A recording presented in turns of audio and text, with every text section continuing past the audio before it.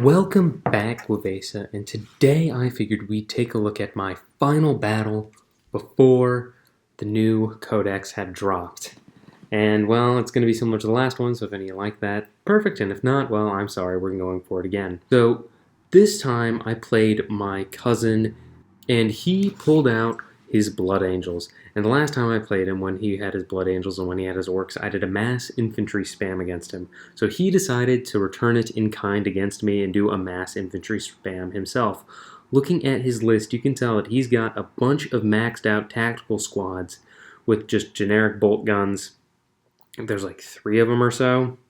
After that, he's got some Blade Guard vets. He's got some Eradicators. He's got some Infiltrators. I don't really know what they're called.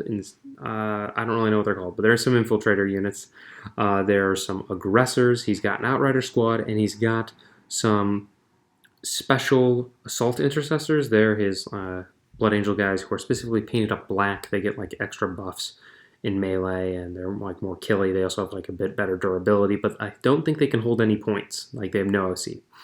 After that, you've got some more tactical squads. You've got a Hellblaster squad. Kind of overkill for a bunch of town infantry, but what the heck. He's got some jump pack of his special black guys. If anyone wants to tell me what they are in the comments, please feel free. I want to say Death Guard, but that's a different thing. Death Company, that might be it. Death Company. And then after that, he's got his one character, Dante, with a squad of Sanguinary Guard, just to run up the field and completely destroy me. I'm still rocking a little bit of the Grey Tide, if you can see in the background. So his whole thing is just mass infantry, push the boys up, out firepower me, which would be hard because I'm a top player, and then he'll be able to get to grips with me in close combat and completely mince me alive. Just about everything started on the table except the Blade Guard veterans. So then we go to my guys, and they are, like I said last time, I've got 6 strike teams, I've got 1 breacher team, I've got 3 pathfinders, I've got 2 squads of Espid, I've got Shadow Sun, I've got a Farsight marksman, and I've got 3 full 20-man squads of Kroot. So we've gotten everything here today. We're pulling out all the stops. It's great. Spam and everything. We've also got Shadow Sun, Anshi, Anva, and Darkstrider, and then 1 Cadre Fireblade with one of the Breacher squads. So it's going to be a time. I hope you all enjoy. So here's the setup. My cousin set it up specifically so that it was long ways on the board so that you could get very quickly to grips with me in melee. So as you can see, he's put everything on the line. I put everything on the line because I want to get to the objectives early, and I figured like my Kroot scout moves will be able to get out in front of my guys, and they'll tangle up whatever he sends my way first, and then I'll be able to start really unloading into him. I've got my Pathfinders up on the high points of the buildings, or ruins, or whatever, close by me, so that I can guide all the guys below and unload some early rail rifle shots if I got a first turn.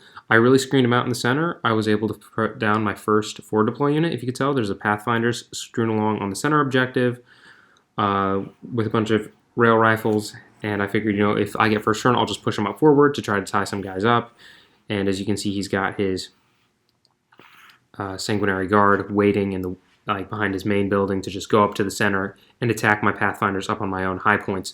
But I've measured it out that he would have a difficult charge, and I'd be able to move all of my guys backwards off of the high points because with their 7-inch scout move, so I wouldn't have to deal with all of his guys coming up really fast on me. But he's got his bikes on his right flank, and he's got his jump pack guys on the right flank as well, and mostly just typical scattered tactical squads on the left with some aggressor flamer support, which are definitely going to be hard for me to deal with throughout the game. So we rolled off, and sure enough, he got first turn because the dice gods don't like me.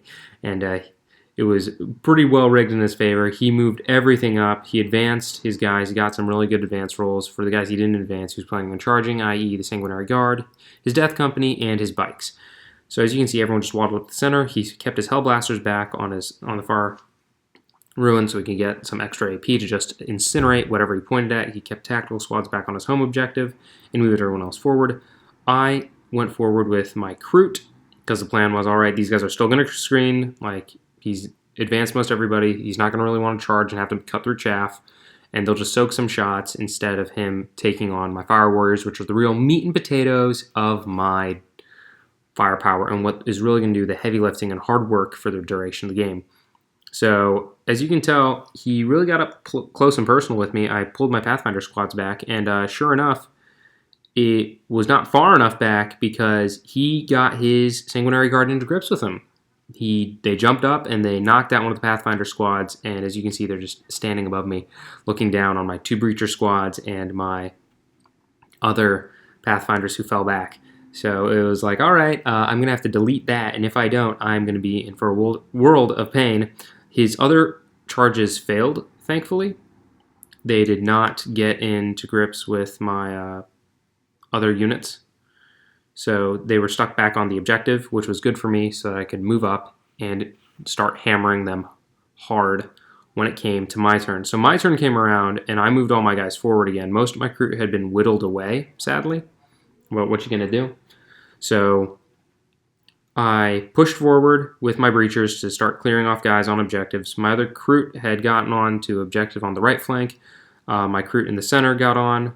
They had been pretty badly minced up by the assault intercessors, the Death Company ones.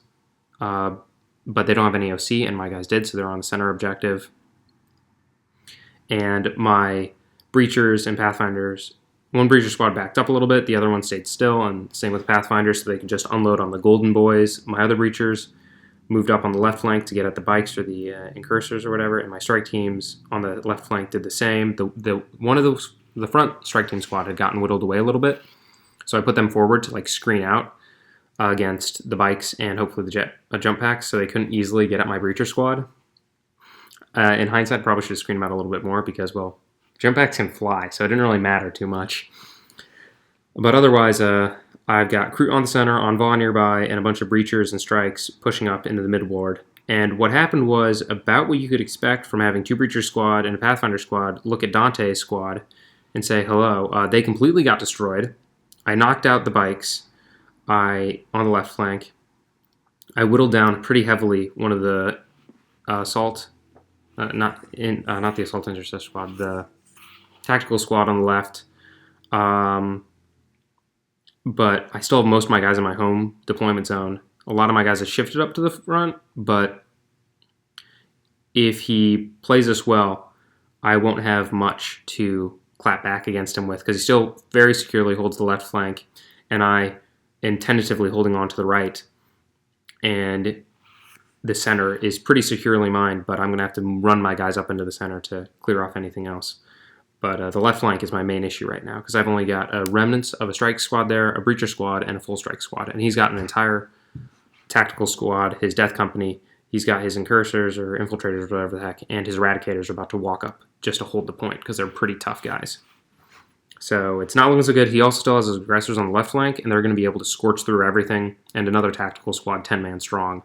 And I've only got Anshi with some breachers on the right-hand flank. Ripped Anshi. I wish he was still here. He pulled some heavy weight in this game, as you'll see later, but I digress. So we continue onwards, and it becomes his turn. And the order of the day, again, is to move up. Just try to hem me in. So he goes in and just flattens my left flank completely. Everything over there is dead. I've only got some breachers and some strike teams to maybe allocate over there to hopefully get rid of them in the coming turns. He had some Infernus Marines, and they just walked up onto the center objective and scorched away most all of my crew. So I've got Envoy and some remnants of crew hanging out there, and they're just auto-seeing me on the objective. So that's great. The aggressors moved over, and they got rid of my breacher squad to a man, and Anshi is left. The strike squad got pretty well whittled away, and the crew completely just got decimated. So there was no hope for them. They didn't even get their 5-foot feel no pain. But what you going to do? You're running into power armor. It's going to be tough. From there, they just had very dominant control. He's got the center, he's got the left flank and the right flank. I don't have enough breachers on my right flank to move over and take it from him at this point in time. And it looks like I'm going to have to really spread myself fairly thin. I've got some Vespid coming in, but that's not going to do any heavy firepower into anybody that'll be substantial. They might be just distractions. in an actual game, if we were playing secondaries, they would help out a bit with that, dropping down in the corners. But this didn't really seem to pan out too well for me there. And he still has his aggressors hanging around that are going to be an issue for any infantry that come his way. But what I do is I clap back, and I clap back hard. I move my breachers over, and they take out the aggressors. And my strike team stays where they are because they just have, like, they're not really going to do too much against them. And they pepper away into one of the tactical squads. Similarly, my Vespid come down and pepper away into another tactical squad from behind, so I've whittled this 10-man down pretty heavily. And Vespid's guns are very good into tactical squads. AP -2, strength 5, 2 damage. Yeah, every failsave, dead guy. Really good. They didn't make the charge in, sadly. I did move my breachers over, and they cleared off the Incursor, Inceptors, whoever the forward deploy guys, the infiltrator guys on the flank is, and my strike team ran over to take it from the Eradicators. I whittled away the Death Company with jump packs with one of my breacher squads, but let me tell you, wounding on 3s re-rolling is very different than just wounding on 3s. I needed way more damage and way more re-rolls of shots to go into them in order to completely flesh them out with my breachers, and I realized that upon sending them over there, because 2 of them are still alive, and those are still going to be a big issue, not to mention all the tactical squads. I think it's still 10-man strong, marching across the bottom left flank, coming to get me. I did clear off all of the Infernus Marines, thank goodness, and so very securely the center is now mine. If you notice, my Kroot are all Imperial Guards, so he very happily, I planted my Tau flag, my banner in the center. I was like, aha, this is ours, the Gueveso rule. So I'm coming back a little bit, and if you notice on the far end, I charge on Shi into the tactical squad after unloading into him with the breachers, and the breacher dies in response, but on Shi, like, cut up 3 guys on the charge. It was great, and then spoiler alert, later on, he kills even more in combat. So I end up killing a lot of guys in combat this game with Anshi. He's really pulling the weight. It's great. So from here, it's his turn, and he comes over and completely minces up my guys with the Eradicators coming in and taking on the strike teams. One of the breacher squads gets wiped out by the tax, and he has a lone Vanguard company veteran, or whatever the Death Company guys are. Yeah, the Death Company, that's it. Come over and challenge Shadow Sun to a 1v1 combat, because I used an Overwatch strat to try to kill them as they flew on over, but one lived with 1 wound. So the one-on-one challenge went out, and Shadow Sun lived, thank God, but the company champion still is causing issues. The Vespid get cleaned up in the corner by the surviving tactical squad. Anshi takes down the 10-man strong tactical squad to 3 left, so he kills 7 tactical Marines over the course of the game, just casually. The strike team hiding behind the barrels, or the crates over there, get taken out by the Blade Guard veterans, sadly. So once again, I'm a bit on the back foot. I've been hemmed in quite a bit by all of his guys coming out, but I still have a little bit of power coming back again. And upon the conclusion of my next turn, I ice the Death Company, and I send over some of the guys to take care of the Blade Guard, one of the breacher squads to take care of the Blade Guards, and my other breachers take on the tax, and another breacher squad to take on the heavy, the Eradicators. But this is where we had to call it, because the game store actually closed. So sadly, I couldn't do all the things that I was looking forward to doing. So let me know what you guys think down in the comments below, who you think was going to win, how you think it was going to pan out, whether my mass infantry would beat his mass infantry or vice versa. I still have another Vespid squad in reserves, and Kayun had just kicked into effect this turn. So let me know what you think down in the comments below. And don't you guys worry, I will be getting out all of the new videos on the new Tau Codex, what I think. Let me know when you guys want a live stream also. I'll be asking that when I review the veteran cadre and when I review the Mont Cod detachment. I'm going to know when you guys want me to live stream in the near future, because I don't really want to show my face, and I don't know how to live stream without showing my face. So I might get like a mask and paint it up blue to look Tau-like. So, and maybe if I get, like, I don't know, 100,000 subscribers in the very far, far future, we can do a face reveal or something fun like that. Besides the point, so I hope you all enjoyed. Let me know what you think. Who you think would have won, and whether you think there will be a new mass infantry detachment that can come about with the Tau, with the new Codex coming out. And I'm going to let you in on a little secret. There is. I know what it is. It is in my mind currently. I will let you all know exactly what I think the answer is going to be. I'll give you a hint. It starts with a K and ends in a root. They are going to be the reason how we can do this mass infantry spam. It's going to be beautiful, perfect, beautiful. I can't wait. It's going to be hype. So excited. Anyways, besides the point, I digress. I'm going to thank my patrons now. The new Vivek, Samjer, Ryan Hall, David Palilio, K-Mag, Jonathan Patino, Chris F., Mark, Bangus Throaty, and created by Philip.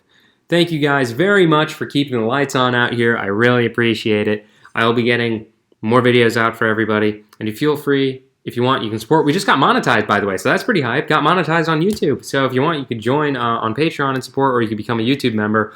All cool things. Don't feel obligated to whatsoever. And just helps a little bit so I can either upgrade audio quality mics, maybe get a better computer to run things for you, or get more painting models, just do different hobbying things. So you have no obligation to do anything whatsoever, but every little bit helps. So we'll be coming out with a new thing. My girlfriend wants to do a kit bash of one of the melee characters or melee units of the Tau and really paint him up good. She's working on Darkstrider currently. I'll show him off when she finishes him up. So it'll be fun. We're getting a little bit more into the hobby things. We're going to keep on the gaming for the most part. We'll try kit bashes and stuff if any of you had suggestions, but besides the point. Anyways, I'm just excited. There's a lot to do, a lot to expand into. So let me know what you want, and I hope you all enjoyed, and I hope your day goes for the greater good.